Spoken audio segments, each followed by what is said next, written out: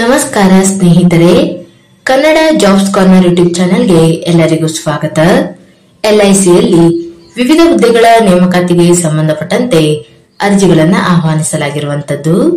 ಇನ್ನು ಯಾವ್ಯಾವ ಹುದ್ದೆಗಳಿವೆ, ಇಷ್ಟಿಷ್ಟು ಹುದ್ದೆಗಳು ಖಾಲಿ ಇರುವಂತದ್ದು, ಏಜ್ ಲಿಮಿಟ್, ಎಜುಕೇಶನಲ್ ಕ್ವಾಲಿಫಿಕೇಶನ್ ಹಾಗೂ ಸೆಲೆಕ್ಷನ್ ಪ್ರೊಸೀಜರ್ ಬಗ್ಗೆ ಈ ಒಂದು ವಿಡಿಯೋದಲ್ಲಿ ಮುಂದೆ ನೋಡ್ತಾ ಹೋಗೋಣ. ನಮ್ಮ ಚಾನೆಲ್ ಅನ್ನು ಯಾರಾದ್ರೂ ಹೊಸದಾಗಿ ನೋಡ್ತಾ ಇದ್ರೆ ಸಬ್ಸ್ಕ್ರೈಬ್ ಮಾಡಿ ಹಾಗೂ ಪಕ್ಕದಲ್ಲೇ ಇರುವಂತಹ ಬೆಲ್ ಬಟನ್ ಅನ್ನು ಕ್ಲಿಕ್ ಮಾಡಿ. LICಯಲ್ಲಿ ಅಸಿಸ್ಟೆಂಟ್ ಅಡ್ಮಿನಿಸ್ಟ್ರೇಟಿವ್ ಆಫೀಸರ್ ಹುದ್ದೆಗಳ ಒಂದು ನೇಮಕಾತಿಗೆ ಸಂಬಂಧಪಟ್ಟಂತೆ ಅರ್ಜಿಗಳನ್ನು ಆಹ್ವಾನಿಸಲಾಗಿರುವಂತದ್ದು. ಒಟ್ಟಾರೆ ಭಾರತದಾದ್ಯಂತ 350 ಹುದ್ದೆಗಳು ಖಾಲಿ ಇರುವಂತದ್ದು. ಇನ್ನು ಕೆಟಗರಿ ವೈಸ್ ನೋಡ್ತಾ ಹೋಗೋದಾದ್ರೆ ಕರೆಂಟ್ ಇಯರ್ ನಲ್ಲಿ ಒಟ್ಟು 341 ಹುದ್ದೆಗಳು ಖಾಲಿ ಇರುವಂತದ್ದು.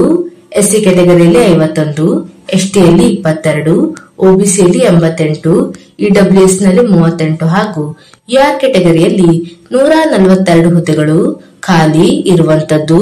ಹಾಗೆಯೇ ಫಿಸಿಕಲ್ ಡಿಸೇಬಲ್ ಇರುವಂತಹ ಅಭ್ಯರ್ಥಿಗಳಿಗೂ ಸಹ ಹುದ್ದೆಗಳು ಖಾಲಿ ಇದೆ.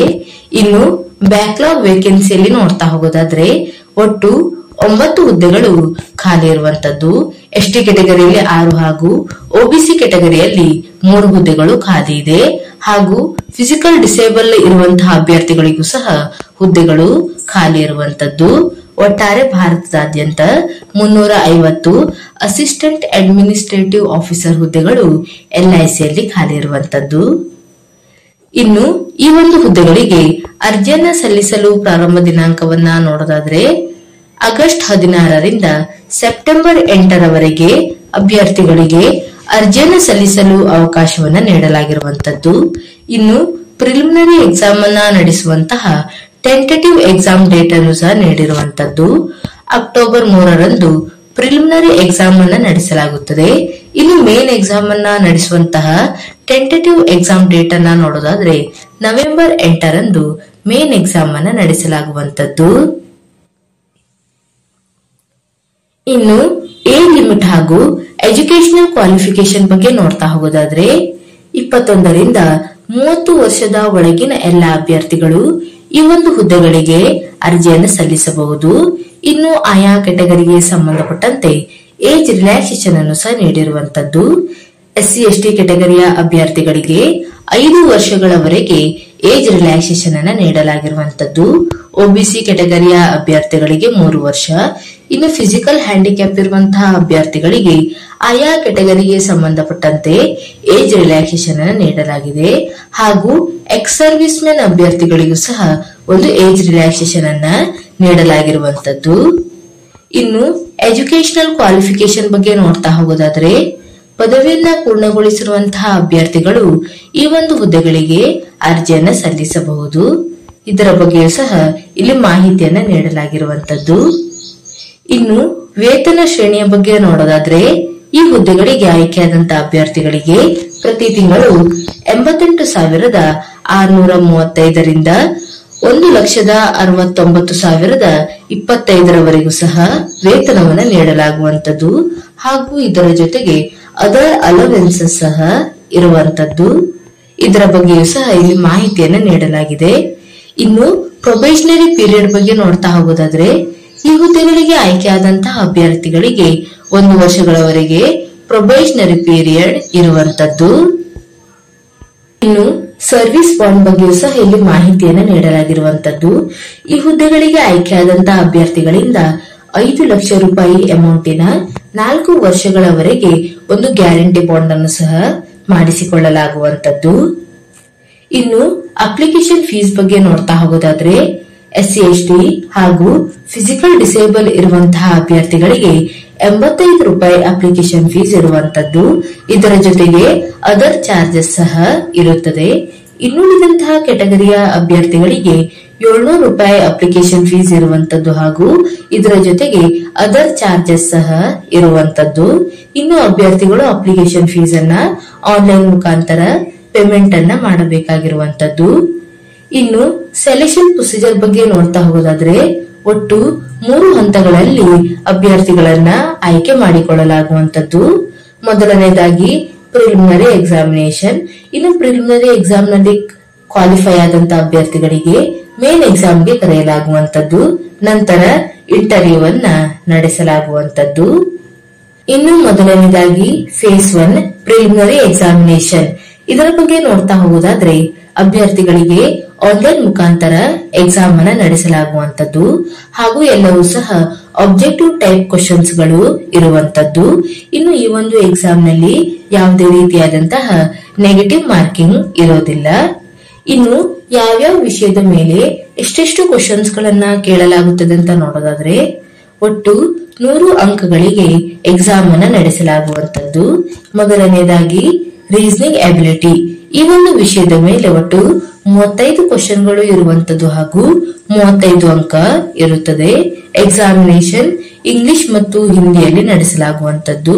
ಇನ್ನು ಆಯಾ ಕೆಟಗರಿಗೆ ಸಂಬಂಧಪಟ್ಟಂತೆ ಕ್ವಾಲಿಫೈ ಮಾರ್ಕ್ಸ್ ಬಗ್ಗೆ ಸಹ ಇಲ್ಲಿ ಮಾಹಿತಿಯನ್ನ ನೀಡಲಾಗಿದೆ. ಒಟ್ಟು 20 ನಿಮಿಷಗಳ ಕಾಲಾವಕಾಶವನ್ನ ನೀಡಲಾಗುವಂತದ್ದು. ಇನ್ನು ಕ್ವಾಂಟಿಟೇಟಿವ್ ಆಪ್ಟಿಟ್ಯೂಡ್ ಈ ಒಂದು ವಿಷಯದ ಮೇಲೆ ಒಟ್ಟು 35 ಕ್ವಶನ್ಗಳು ಇರುವಂತದ್ದು ಹಾಗೂ 35 ಅಂಕ ಇರುತ್ತದೆ. ಎಕ್ಸಾಮ್ ಅನ್ನ ಇಂಗ್ಲಿಷ್ ಮತ್ತು ಹಿಂದಿಯಲ್ಲಿ ನಡೆಸಲಾಗುವಂತದ್ದು. ಒಟ್ಟು 20 ನಿಮಿಷಗಳ ಕಾಲಾವಕಾಶವನ್ನ ನೀಡಲಾಗುತ್ತದೆ ಹಾಗೂ ಇಂಗ್ಲಿಷ್ ಲ್ಯಾಂಗ್ವೇಜ್ ಮೇಲೆ ಒಟ್ಟು 30 ಕ್ವಶನ್ಗಳು ಇರುವಂತದ್ದು ಹಾಗೂ 30 ಅಂಕ ಇರುತ್ತದೆ. ಇನ್ನು ಎಕ್ಸಾಮಿನೇಷನ್ ಅನ್ನ ಇಂಗ್ಲಿಷ್ ಲ್ಯಾಂಗ್ವೇಜ್ ಅಲ್ಲಿ ನಡೆಸಲಾಗುವಂತದ್ದು. ಒಟ್ಟು 20 ನಿಮಿಷಗಳ ಕಾಲಾವಕಾಶವನ್ನ ನೀಡಲಾಗುತ್ತದೆ. ಒಟ್ಟಾರೆ ಪ್ರಿಲಿಮಿನರಿ ಎಕ್ಸಾಮ್ ನಲ್ಲಿ 100 ಕ್ವಶನ್ಗಳು ಇರುವಂತದ್ದು ಹಾಗೂ 100 ಅಂಕ ಇರುತ್ತದೆ. ಇನ್ನು ಎಕ್ಸಾಮಿನೇಷನ್ ನಲ್ಲಿ ಒಟ್ಟು 1 ಗಂಟೆಗಳ ಕಾಲಾವಕಾಶವನ್ನ ನೀಡಲಾಗುವಂತದ್ದು. ಇನ್ನು ಪ್ರಿಲಿಮಿನರಿ ಎಕ್ಸಾಮ್ ನಲ್ಲಿ ಕ್ವಾಲಿಫೈ ಆದಂತಹ ಅಭ್ಯರ್ಥಿಗಳಿಗೆ ಮೇನ್ ಎಕ್ಸಾಮ್ಗೆ ಕರೆಯಲಾಗುವಂತದ್ದು. ಇನ್ನು ಮೇನ್ ಎಕ್ಸಾಮ್ ನಲ್ಲಿ ಒಟ್ಟು 300 ಅಂಕಗಳಿಗೆ ಆಬ್ಜೆಕ್ಟಿವ್ ಟೆಸ್ಟ್ ಹಾಗೂ 25 ಅಂಕಗಳಿಗೆ ಡಿಸ್ಕ್ರಿಪ್ಟಿವ್ ಟೆಸ್ಟ್ ಅನ್ನ ನಡೆಸಲಾಗುವಂತದ್ದು. ಇನ್ನು ಈ ಒಂದು ಎಕ್ಸಾಮ್ ಅನ್ನ ಆನ್ಲೈನ್ ಮುಖಾಂತರ ನಡೆಸಲಾಗುತ್ತದೆ ಹಾಗೂ ಈ ಎಕ್ಸಾಮ್ ನಲ್ಲಿ ಯಾವುದೇ ರೀತಿಯಾದಂತಹ ನೆಗೆಟಿವ್ ಮಾರ್ಕಿಂಗ್ ಇರೋದಿಲ್ಲ. ಇನ್ನು ಯಾವ್ಯಾವ ವಿಷಯದ ಮೇಲೆ ಎಷ್ಟೆಷ್ಟು ಕ್ವಶನ್ಸ್ ಗಳನ್ನ ಕೇಳಲಾಗುತ್ತದೆ ಅಂತ ನೋಡೋದಾದ್ರೆ ರೀಸನಿಂಗ್ ಎಬಿಲಿಟಿ ಈ ಒಂದು ವಿಷಯದ ಮೇಲೆ ಒಟ್ಟು 30 ಕ್ವಶನ್ಗಳು ಇರುವಂತದ್ದು ಹಾಗೂ 90 ಅಂಕ ಇರುತ್ತದೆ. ಒಟ್ಟು 40 ನಿಮಿಷಗಳ ಕಾಲಾವಕಾಶವನ್ನ ನೀಡಲಾಗುವಂತದ್ದು. ಇನ್ನು ಜನರಲ್ ನಾಲೆಜ್ ಕರೆಂಟ್ ಅಫೇರ್ಸ್ ಈ ಒಂದು ವಿಷಯದ ಮೇಲೆ ಒಟ್ಟು 30 ಕ್ವಶನ್ಗಳು ಇರುವಂತದ್ದು ಹಾಗೂ 60 ಅಂಕ ಇರುತ್ತದೆ. ಒಟ್ಟು 20 ನಿಮಿಷಗಳ ಕಾಲಾವಕಾಶವನ್ನ ನೀಡಲಾಗುವಂತದ್ದು. ಡಾಟಾ ಅನಾಲಿಸಿಸ್ ಮತ್ತು ಇಂಟರ್ಪ್ರಿಟೇಷನ್ ಈ ಒಂದು ವಿಷಯದ ಮೇಲೆ ಒಟ್ಟು 30 ಕ್ವಶನ್ಗಳು ಇರುವಂತದ್ದು ಹಾಗೂ 90 ಅಂಕ ಇರುತ್ತದೆ. ಒಟ್ಟು 40 ನಿಮಿಷಗಳ ಕಾಲಾವಕಾಶವನ್ನ ನೀಡಲಾಗುವಂತದ್ದು. ಇನ್ಶೂರೆನ್ಸ್ ಮತ್ತು ಫೈನಾನ್ಷಿಯಲ್ ಮಾರ್ಕೆಟ್ ಅವೇರ್ನೆಸ್ ಈ ಒಂದು ವಿಷಯದ ಮೇಲೆ ಒಟ್ಟು 30 ಕ್ವಶನ್ಗಳು ಇರುವಂತದ್ದು ಹಾಗೂ 60 ಅಂಕ ಇರುತ್ತದೆ ಮತ್ತು 20 ನಿಮಿಷಗಳ ಕಾಲಾವಕಾಶವನ್ನ ನೀಡಲಾಗುವಂತದ್ದು. ಒಟ್ಟಾರೆ ಮೇನ್ ಎಕ್ಸಾಮ್ ನಲ್ಲಿ 300 ಅಂಕಗಳಿಗೆ ಎಕ್ಸಾಮ್ ಅನ್ನ ನಡೆಸಲಾಗುತ್ತದೆ ಹಾಗೂ 2 ಗಂಟೆಗಳ ಕಾಲಾವಕಾಶವನ್ನ ನೀಡಲಾಗುವಂತದ್ದು. ಇನ್ನು ಇಂಗ್ಲಿಷ್ ಲ್ಯಾಂಗ್ವೇಜ್ ಅನ್ನ ಡಿಸ್ಕ್ರಿಪ್ಟಿವ್ ಪೇಪರ್ ನಲ್ಲಿ ನಡೆಸಲಾಗುವಂತದ್ದು. ಒಟ್ಟು 2 ಕ್ವಶನ್ಗಳು ಇರುವಂತದ್ದು ಹಾಗೂ 25 ಅಂಕ ಇರುತ್ತದೆ ಹಾಗೂ 30 ನಿಮಿಷಗಳ ಕಾಲಾವಕಾಶವನ್ನ ನೀಡಲಾಗುವಂತದ್ದು.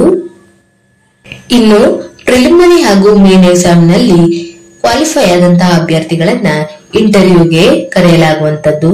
ಒಟ್ಟು 60 ಅಂಕಗಳಿಗೆ ಇಂಟರ್ವ್ಯೂ ಅನ್ನ ನಡೆಸಲಾಗುತ್ತದೆ. ಇನ್ನು ಕ್ವಾಲಿಫೈಯಿಂಗ್ ಮಾರ್ಕ್ಸ್ ಬಗ್ಗೆ ನೋಡೋದಾದ್ರೆ ಇಡಬ್ಲ್ಯೂಎಸ್ ಹಾಗೂ ಯುಆರ್ ಮತ್ತು ಒಬಿಸಿ ಕೆಟಗರಿಯ ಅಭ್ಯರ್ಥಿಗಳಿಗೆ 30 ಅಂಕ ಕ್ವಾಲಿಫೈ ಮಾರ್ಕ್ಸ್ ಆಗಿರುವಂತದ್ದು ಹಾಗೂ SC ST ಹಾಗೂ ಫಿಸಿಕಲ್ ಡಿಸೇಬಲ್ ಇರುವಂತಹ ಅಭ್ಯರ್ಥಿಗಳಿಗೆ 27 ಮಾರ್ಕ್ಸ್ ಮಿನಿಮಮ್ ಕ್ವಾಲಿಫೈಯಿಂಗ್ ಮಾರ್ಕ್ಸ್ ಆಗಿರುತ್ತದೆ. ಒಟ್ಟು 60 ಅಂಕಗಳಿಗೆ ಇಂಟರ್ವ್ಯೂ ಅನ್ನ ನಡೆಸಲಾಗುವಂತದ್ದು. ಇನ್ನು ಮೇನ್ ಎಕ್ಸಾಮ್ ಹಾಗೂ ಇಂಟರ್ವ್ಯೂ ನಲ್ಲಿ ಕ್ವಾಲಿಫೈ ಆದಂತಹ ಅಭ್ಯರ್ಥಿಗಳನ್ನ ಮೆಡಿಕಲ್ ಎಕ್ಸಾಮಿನೇಷನ್ಗೆ ಕರೆಯಲಾಗುವಂತದ್ದು. ಇನ್ನು ಪ್ರೀ ಎಕ್ಸಾಮಿನೇಷನ್ ಟ್ರೈನಿಂಗ್ ಬಗ್ಗೆ ನೋಡೋದಾದ್ರೆ SC ST OBC ಹಾಗೂ ಫಿಸಿಕಲ್ ಡಿಸೇಬಲ್ ಇರುವಂತಹ ಅಭ್ಯರ್ಥಿಗಳಿಗೆ ಪ್ರೀ ಎಕ್ಸಾಮಿನೇಷನ್ ಟ್ರೈನಿಂಗ್ ಅನ್ನು ಸಹ ನೀಡಲಾಗುವಂತದ್ದು. ಇದರ ಬಗ್ಗೆ ಸಹ ಇಲ್ಲಿ ಮಾಹಿತಿಯನ್ನ ನೀಡಲಾಗಿದೆ. ಇನ್ನು ಅರ್ಜಿಯನ್ನ ಸಲ್ಲಿಸುವಂತಹ ವಿಧಾನದ ಬಗ್ಗೆ ನೋಡೋದಾದ್ರೆ ಅಭ್ಯರ್ಥಿಗಳು ಆನ್ಲೈನ್ ಮುಖಾಂತರ ಅರ್ಜಿಯನ್ನ ಸಲ್ಲಿಸಬಹುದಾಗಿರುವಂತದ್ದು. ಆಗಸ್ಟ್ 16ರಿಂದ ಸೆಪ್ಟೆಂಬರ್ 8ರವರೆಗೆ ಅಭ್ಯರ್ಥಿಗಳಿಗೆ ಅರ್ಜಿಯನ್ನು ಸಲ್ಲಿಸಲು ಅವಕಾಶವನ್ನ ನೀಡಲಾಗಿರುವಂತದ್ದು. ಇನ್ನು ಅಭ್ಯರ್ಥಿಗಳು ಅರ್ಜಿಯನ್ನು ಸಲ್ಲಿಸಲು ವೆಬ್ಸೈಟ್ ವಿಳಾಸವನ್ನು ಸಹ ನೀಡಿರುವಂತದ್ದು www.licindia.in. ಈ ಒಂದು ವೆಬ್ಸೈಟ್ ಮೂಲಕ ಅಭ್ಯರ್ಥಿಗಳು ಆನ್ಲೈನ್ ಮೂಲಕ ಅರ್ಜಿಯನ್ನ ಸಲ್ಲಿಸಬಹುದಾಗಿರುವಂತದ್ದು. ಹಾಗೂ ಅಭ್ಯರ್ಥಿಗಳು ಅಪ್ಲಿಕೇಶನ್ ಫೀಸ್ ಅನ್ನ ಆನ್ಲೈನ್ ಮುಖಾಂತರ ಪೇಮೆಂಟ್ ಅನ್ನ ಮಾಡಬೇಕು. ಅಂದರೆ debit card, credit card, internet banking, IMPS, cash cards, mobile wallets ಹೀಗೆ ಆನ್ಲೈನ್ ಮುಖಾಂತರ ಅಪ್ಲಿಕೇಶನ್ ಫೀಸ್ ಅನ್ನ ಪೇಮೆಂಟ್ ಮಾಡಬೇಕಾಗಿರುತ್ತದೆ. ಇನ್ನು ಆಸಕ್ತ ಮತ್ತು ಅರ್ಹ ಅಭ್ಯರ್ಥಿಗಳು ಈ ಒಂದು ಹುದ್ದೆಗಳಿಗೆ ಅರ್ಜಿಯನ್ನು ಸಲ್ಲಿಸಬಹುದು.